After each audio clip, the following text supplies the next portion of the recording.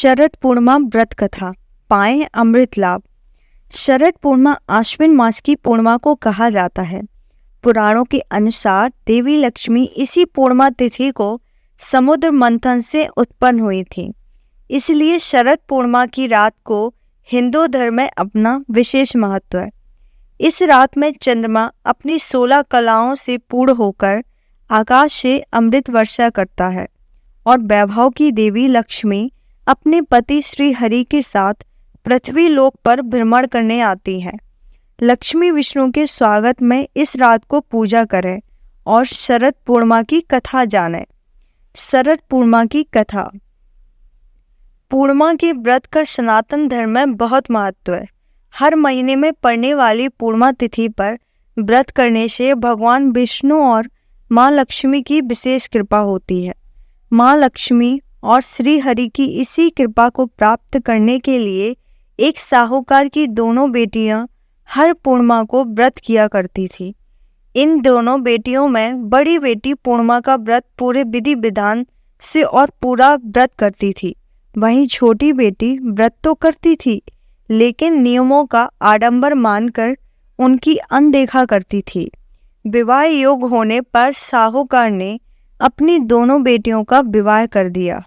बड़ी बेटी के घर समय पर स्वस्थ संतान का जन्म हुआ। संतान का जन्म छोटी बेटी के घर भी हुआ, लेकिन उसकी संतान पैदा होते ही दम तोड़ देती थी।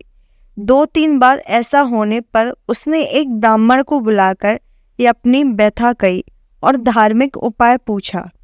उसकी सारी बात सुनकर और कुछ प्रश्न पूछने के बाद ब्राह्मण ने उससे कहा कि तुम पूर्णिमा का अधूरा व्रत करती हो, इस कारण तुम्हारा व्रत फलित नहीं होता और तुम्हें अधूरे व्रत का दोष लगता है।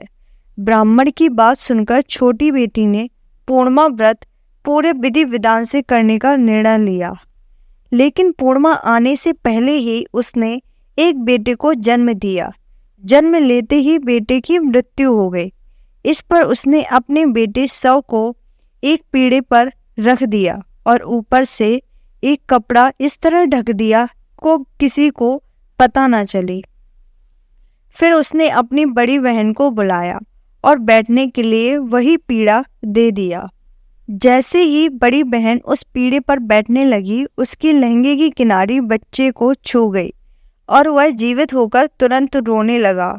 इस पर बड़ी बहन पहले तो डर गई और फिर छोटी बहन क्रोधित होकर उसे डांटने लगी। क्या तुम मुझ पर बच्चे की हत्या का दोष और कलंक लगाना चाहती हो? मेरे बैठने से यह बच्चा मर जाता तो? इस पर छोटी बहन ने उत्तर दिया, यह बच्चा मरा हुआ तो पहले से ही था दीदी, तुम्हारे तप और स्पर्श के कारण तो यह जीवित हो गया है। पूर्णिमा के दिन जो तुम व्रत और तप करती हो, उसके कारण तुम दिव्य तेज से परिपूर्ण और पवित्र हो गई हो। अब मैं भी तुम्हारी ही तरह व्रत और पूजन करूंगी। इसके बाद उसने पूर्णिमा व्रत विधि पूर्वक किया और इस व्रत के महत्व और फल का पूरे नगर में प्रचार किया। जिस प्रकार माँ लक्ष्मी और श्री हरि ने साहूकार की बड़ी बेटी की कामना पूर्ण की, सौभाग्य प्रदान किया, वैसे ही हम पर भी कृपा करें। जय श्री हरि।